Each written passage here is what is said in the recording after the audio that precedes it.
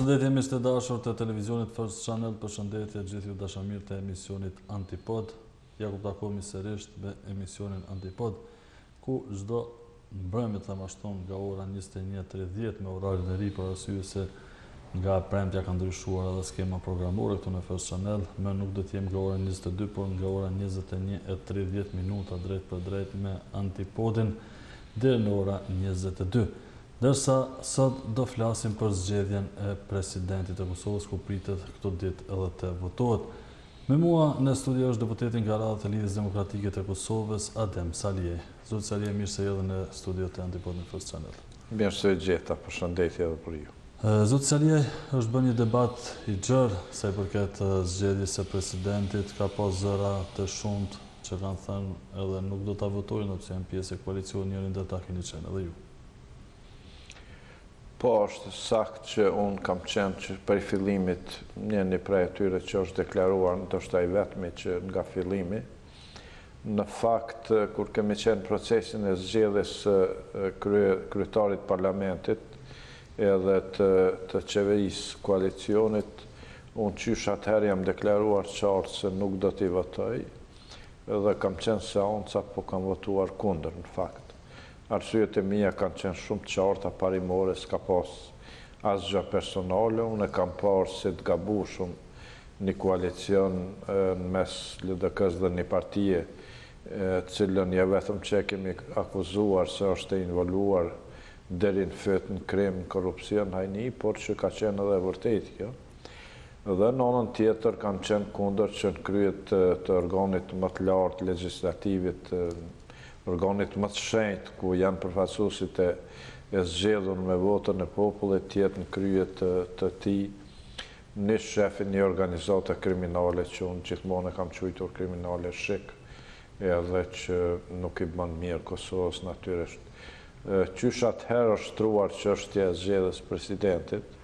pra unë kam qenë i vetmi për një kohë gjatë që jam deklaruar qartë se nuk do ta votoj as Hashim Thaqin për president, për arsyet e njëjta që kam kundërshtuar edhe zgjedhjen e kryetarit parlamentit, edhe koalicionin mes LDK-s dhe PDK-s. Pra, arsyet kanë qenë këto dhe jam përmbajt, kam qenë konsekuent në qëndrim edhe po vazhdoj qëndroj edhe tash me ato qëndrime që i kam pasur prej fillimit. Zoti Saliej, do të merrni pjesë në seancë? Çështja esenciale është edhe ka qenë vazhdimisht çështja e quorumit seancës. Pra, për të zgjedhur një president i Kosovës duhet të jenë prezent 2/3 të deputetëve, pra 80 deputetë sallë, sepse procedurat e kushtetutës parashojnë që në 2 rundet e para kandidati për president duhet të pretendoj të fitoj 80 vota, pra nëse pretendon të fitoj 80 vota, do të jenë spaku 80 deputet në salë, dhe kjo ka qenë njëri prej problemeve. Tash, duke marrë parasysh se nëse merr pjesë në seancë, unë besoj që Thaçi mund të zgjedhet president, sepse në rundin e tretë nevojitën vetëm 61 vota dhe ato ka mundësi të siguroj me këtë koalicion i cili në tërësi ka 89 vota. Unë kam menduar që nuk do të ishte mirë të jem pjesë e atij procesi fare, për shkak të qëndrimeve dhe të parimeve të mia, kështu që kam vendosur që të mos marr pjesë proces, pra të mos jem prezent as në sallë në atë proces ku Hashim Thaqi pretendon ose mund zgjedhet president i Kosovës. Keni pas ndonjë takim si deputet, sigurisht se keni pas, por a keni pas takim do të thotë që është kërkuar nga ju që të votohet Hashim Thaçi president, ose a keni pas presion thjesht nga kryeji i LDK-s? Biseda kemi pasur, nuk mund të them që ka qenë presion, nuk ka pas ndonjë lloj shantazhimi, as kërcënim, por që biseda ka pas sigurisht si me gjithë deputet tjerë që të marrim pjesë në seancë, të votojmë për Thaqin për president, sepse kjo parashihet me marrëveshjen që ka lidh LDK me PDK për koalicion, dhe aty janë ndarë pozitat, pra kryetari LDK-s tjetë kryeministër, kryetari PDK-s president e tjera. Dhe kjo është arsyeja që insistohet nga LDK-ja që ne kemi obligim që të jemi në seancë dhe të votojmë, pra të votojmë për, edhe mos abstenojmë ose të votojmë kundër, që thoqit të zgjedhet president si një obligim që del nga marrëveshja e koalicionit. Por me që unë edhe në fillim kam qenë kundër marrëveshjes, edhe nuk e kam përkrau, por e kam kundërshtuar zgjedhjen edhe të kryetarit parlamentit, në aspektin morale parimor jam në rregull, sepse as atëherë s'kam premtuar që do ta përkrau koalicionin, as kryetari e parlamentit, po as zgjedhjen e thoqit president, pra dëshiroj të theksoj që ende pa u bërë koalicioni me PDK-n, kur ishte ai Farvlani, qysh atëherë jam deklaruar që nëse për çfarë do qoftë, për çfarë do arsye nuk realizohet ky koalicioni i Vlanit dhe LDK-ja ban koalicion me PDK-n, unë do t'jem kundër dhe do të votoj kundër. Pra qysh atëherë jam deklaruar në kuadër të grupit parlamentar që unë do t'jem kundër këtij koalicioni. Prandaj qëndrimet e mia kanë qenë të qarta që prej fillimit edhe vazhdojnë të mbeten të tilla edhe sot. Pra është normale që secila parti bisedon me deputetët e saj, mundohet t'i artikuloj qëndrimet edhe t'i unifikoj ato, kështu që është biseduar edhe me mua, por që unë kam qenë konsistent qëndrimet e mia dhe nuk i kam ndryshuar. Sa i përket votave të cilat janë deklaruar dhe disa deputetë të tjerë nga radhët e Lidhjes Demokratike të Kosovës që do të jenë kundër, a do të rrezikohet koalicioni nëse nuk do të arrijë zgjedhjet thoqi president? Shikoni, dështimi i procesit zgjedhjes thoqit president mund të bëhet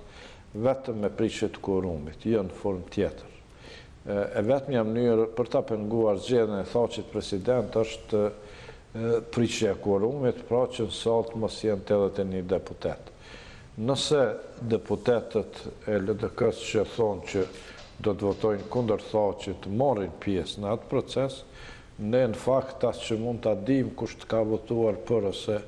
sepse aty do të jenë dy kandidatë, domosdoshmë kushtetuta e parashë, tash një kandidat është krejt formal, sa për të qenë aty, sa për t'i plotësu procedurat, jo që të votohet realisht, dhe nuk do të çoj pesh as pak kush si do të votoj, sepse në rundin e tretë unë jam i bindur që thoqi i merr 61 vota. Pra ai arsjetimi që unë do të jem se unë sepse do të votoj kundër thoqit, mendoj që nuk çon pesh, edhe askush nuk mund ta verifikoj ka votuar apo s'ka votuar. Vota është e fshehtë, pastaj edhe me ligj është ndaluar rreptësisht që të fotografohet, bëhet publike, e tjera. Kështu që ne do të mund ta dim në fakt kush votoi pro, kush nuk votoi. E vetmja mënyrë pra deputetëve të LDK-s për të mos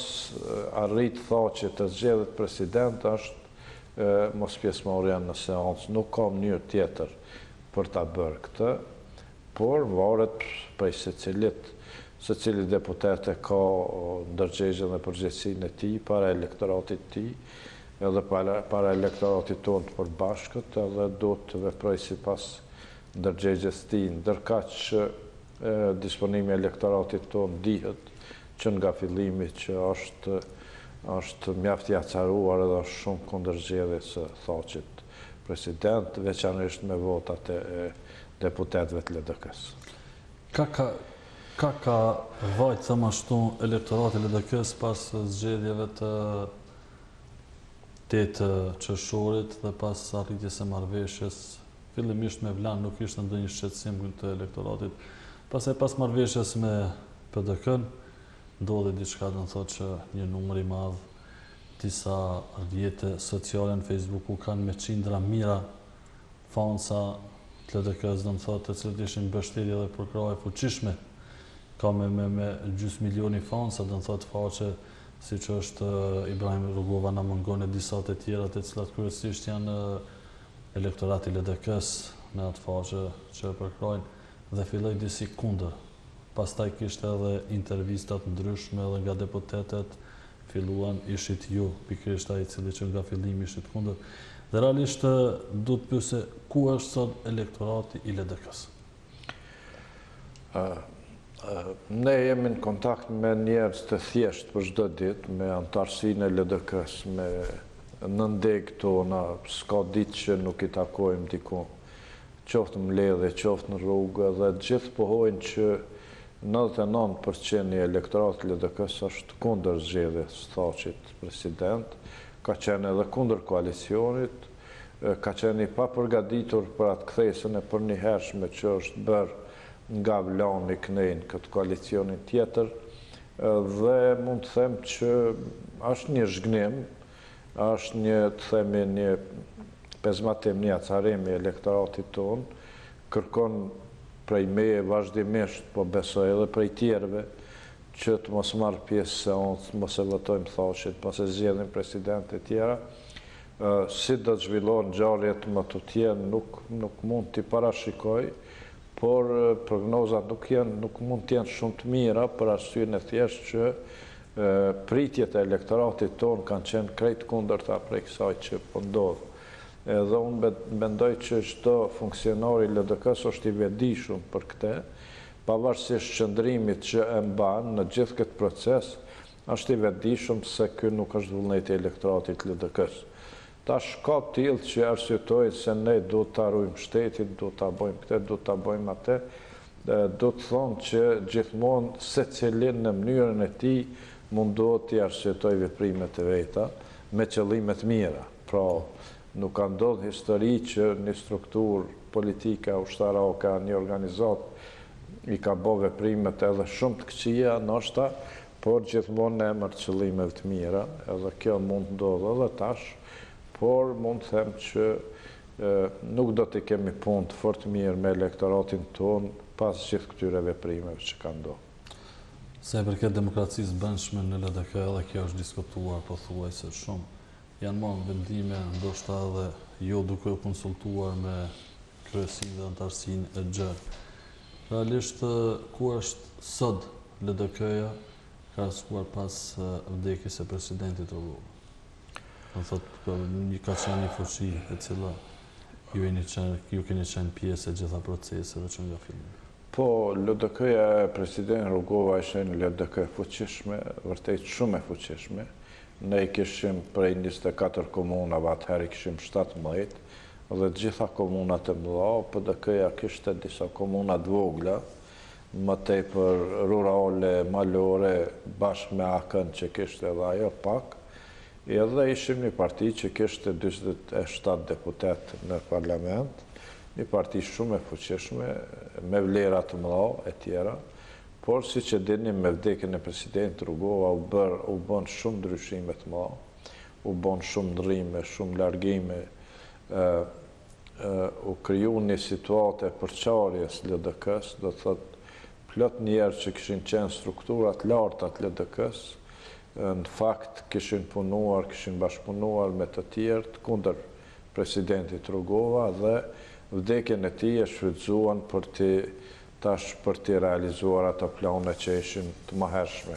Dhe ndodhi ajo që ndodhi në kuvendin e 6 LDK-s, e dini si janë zhvilluar gjitha ato ngjarje,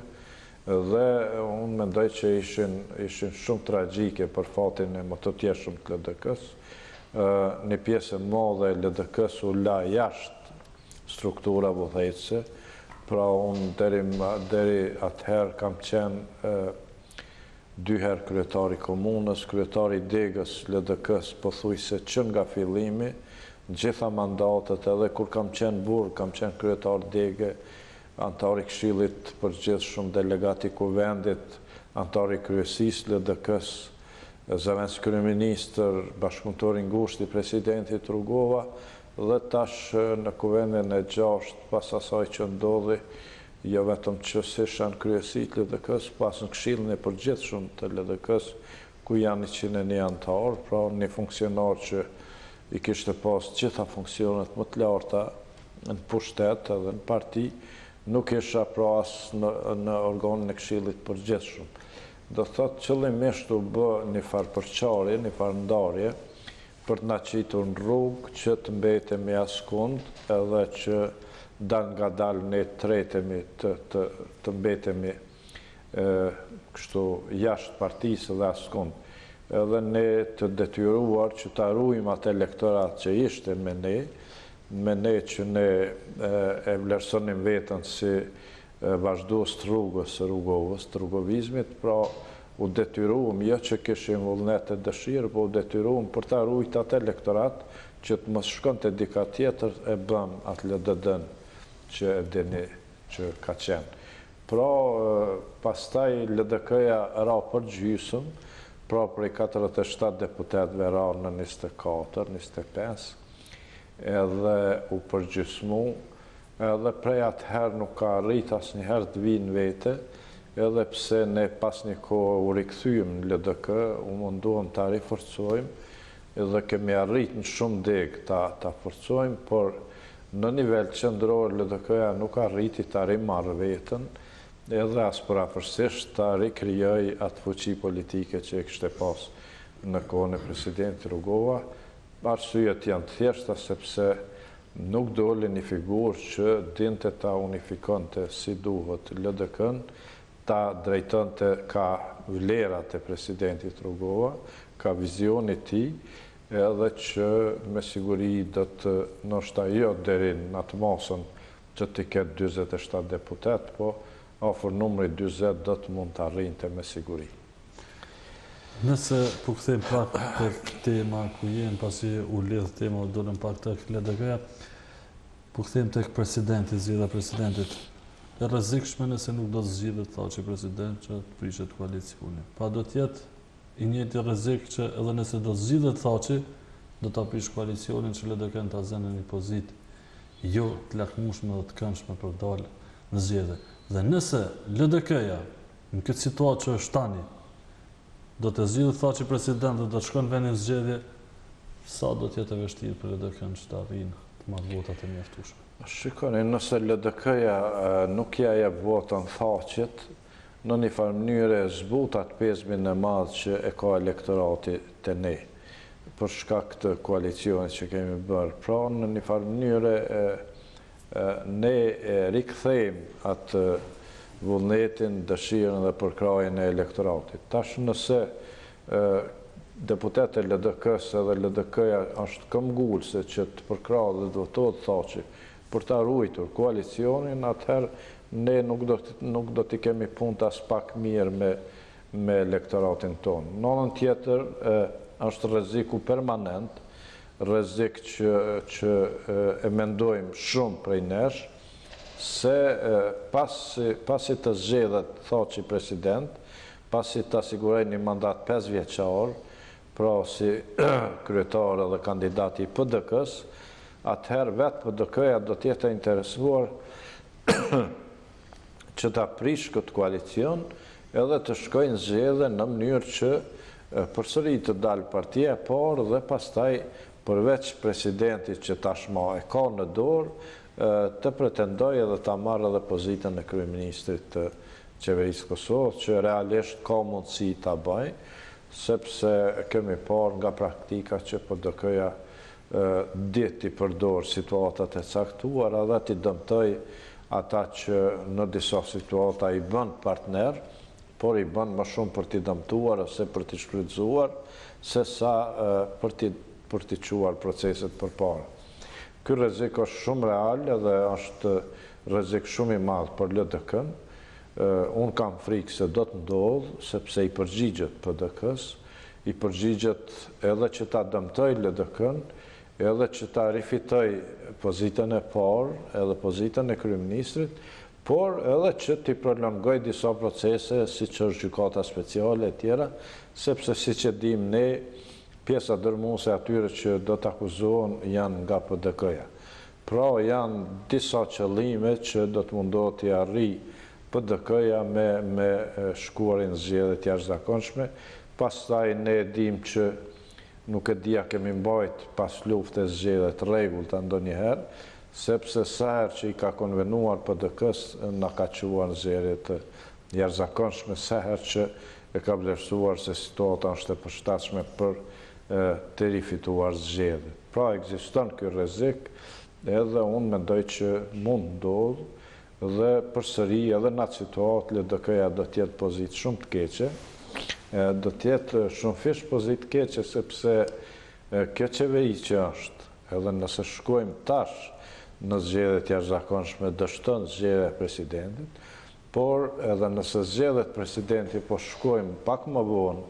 zgjedhjet jashtëzakonshme, kjo qeveri vazhdon të funksionoj deri të kryen zgjedhjet dhe deri të zgjedhet qeveria tjetër. Dhe tash merreni me mend LDK-ja të dalë të hyjë në një fushat të zgjedhjeve kur ende është në koalicion me PDK-n, cili do t'jetë premtimi ose arsyetimi para elektoratit tonë, çka do t'i themi atij, kur ne kemi bërë një fushat disa herë, në emër të asaj që ne asnjëherë s'do të bëjmë koalicion me PDK-n, ne do të luftojmë kundër shikut, kundër bondave, kundër krimit, kundër korrupsionit, kundër hajnive e tjera, dhe në fund ka rezultuar që ne, jo vetëm që se bëm atë, por u bëm partner me ata që kundër cilëve kemi dalë me një program gjatë fushatës zgjedhore. Pra, LDK-ja do të mbetet në qeveri deri në kohën kur zgjedhet qeveria tjetër, dhe në këtë situatë duke qenë koalicion në qeveri me PDK-n, nuk e di si do të mund dalë në tubime, në fushat, çka do t'i thotë elektoratit saj. Do t'jetë një pozitë, besoj, shumë e vështirë për LDK-n. Tash janë disa që shpresojnë që LDK-ja do të punoj mirë, do të tregoj rezultate në punën e saj dhe me këte do të mund të arsyetoj faktin që është në këtë qeveri të koalicionit. Unë mendoj se ka pak mundësi reale që LDK-ja të tregoj rezultate duke marrë parasysh se në një farë mënyre i ka gjysmën e ministrave në këtë qeveri, por nuk i ka dhe ministrit, sepse ministrit, krejt struktura e ministrive, duke filluar nga sekretari i përhershëm, gjithë drejtërët e departamenteve, gjithë shefat, nën shefat e tjera, janë strukturave të PDK-s edhe të shikut. Cili që në ka roli i LDK-s? Atëherë, cila është mundësia një ministri pra që të mund të regojnë ndo një rezultat saktuar, kur e gjithë struktura nënte nuk është një strukturë me cilën a i mund bashkëpunoj mirë. Madje kemi situata të caruara, kur është tentuar të ndrohet ndo një funksionar aty në ndo një ministri, ndo një sekretari përhershëm ose diçka, edhe ka orë puna deri aty që të ketë kërcënime se do të prishët koalicionin nëse ju e bani këte. Dhe thotë LDK-ja nuk ka mundur ta bëj asnjë ndryshim në ato strukturat e kriminalizuara që janë në për çdo ministri, në çdo segment qeverisë, edhe unë nuk e di thjesht si mund të arrijë një rezultat, një ministër i LDK-s, kur krejt strukturën aty e ka një strukturë të kriminalizuar e cila vazhdon të veprojë siç ka vepruar edhe në kohën kur kryeministri i qeverisë ishte Hashim Thaçi. Domethënë sipas jush një lloj roli, një lloj kuklle pranë qeverisë LDK. Unë mendoj nëse nuk e ka atë fuqinë. Cili që nga ata roli? Çfarë fuqie pas ka LDK-ja brenda kësaj qeverie? Unë mund t'ja them një shembull shumë interesant, shumë të thjesht. Ne deputetët e Ferizajt kemi pas një problem rreth ndërtimit një spitali në Ferizaj. Kemi qenë insistues që të ndahet një buxhet, sepse është vetëm Ferizaj si qendër e madhe regionale që ka një spital të vogël edhe të papërshtatshëm për atë qëllim. Dhe ne kemi ngulur kom që të ndërtohet një spital pak më i madh, që do t'i plotësoj nevojat e regionit Ferizajt, i cili përfshin disa komuna. Dhe me një insistim të themi shumë këmbgulës, kemi arrit që të ndahet buxheti për 3 vitet e ardhshme, por që problemet kanë lindë sepse këtë buxhet nuk e menaxhon ministri i shëndetësisë, i cili është i LDK-s, por e menaxhon shërbimi spitalor, i cili kontrollohet nga PDK-ja, pra nga njeri asaj aferës pronto nëse ju kujtohet. kur kërkoj punësimi një nipja daje kam harruar tash, dhe që ajo strukturë e shërbimit spitalor nuk është e interesuar realisht që të ndërtoj atë spital, po dhe nëse është e interesuar, ka përpjekje që të jepë të nderi firmave të caktuara për mes cilave mund të përfitojnë ata. Dhe ne ngullëm këmbë që buxheti për investime kapitale, për ndërtimin e spitalit Ferizajt, të bartët me ligj të buxhetit nga shërbimi spitalor të ministri. Dhe këtu lindi një problema që madhë sa që unë ngritën plot deputet për DK-s që kërkun shkarkimin e ministrit, edhe e në pyetje gati edhe koalicioni, për shkak se ishin një shumë e madhe e mjetëve që do të kalonin nga shërbimi spitalor të ministri, dhe ai shërbimi spitalor që ishte i PDK-s me strukturat të tyre, dhe të shërbime të tyre nuk do të kishte mundësi të kishte ndorë një shumë të madhe të mjetëve të buxhetit Kosovës, me cilat do të manipulonte në format e tij. Pra, ne arritëm ta bëjmë këtë me shumë vështirësi, por arritëm ta bëjmë vetëm në një segment. Pra, në shumë segmente tjera ka mbet situata që ka mbet qeveria Kosovës ka me 10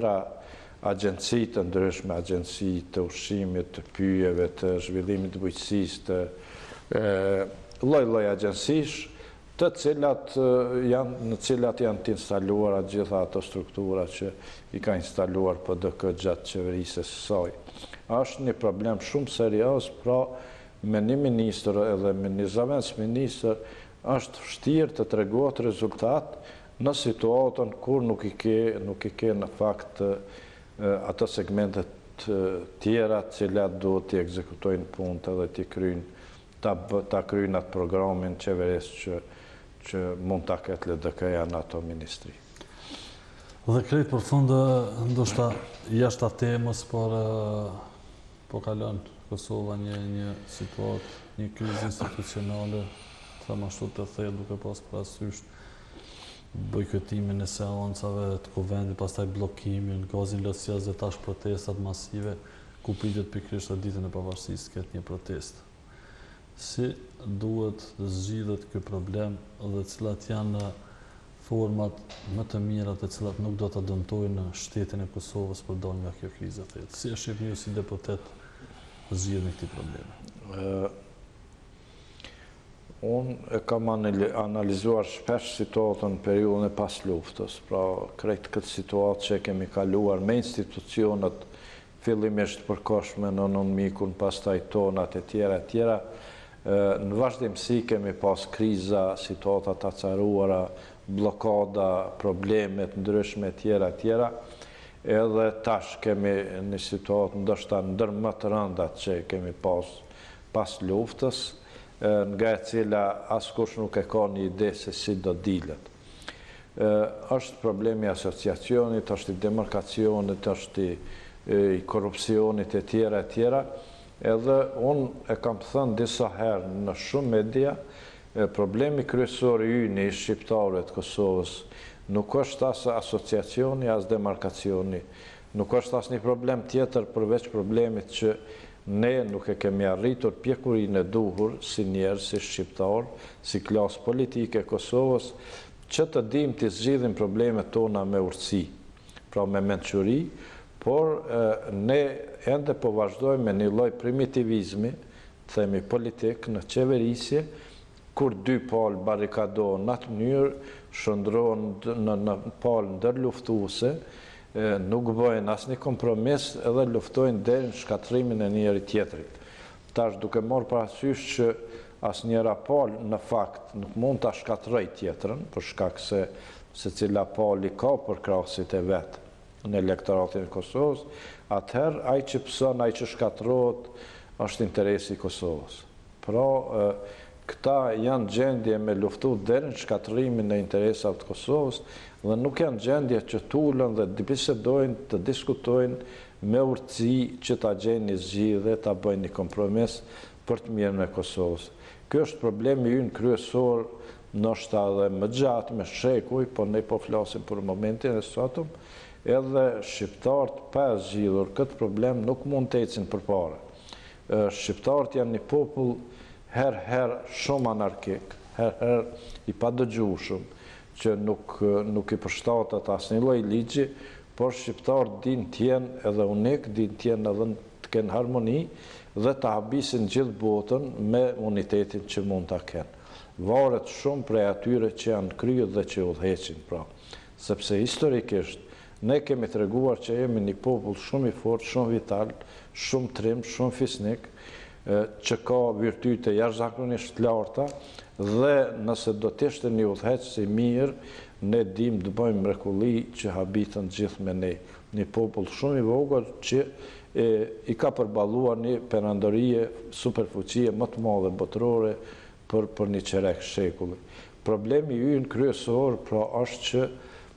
në krye të institucioneve tona për një kohë të gjatë, për vitit 2007, janë njerëzit më të këqej që i ka ky popull.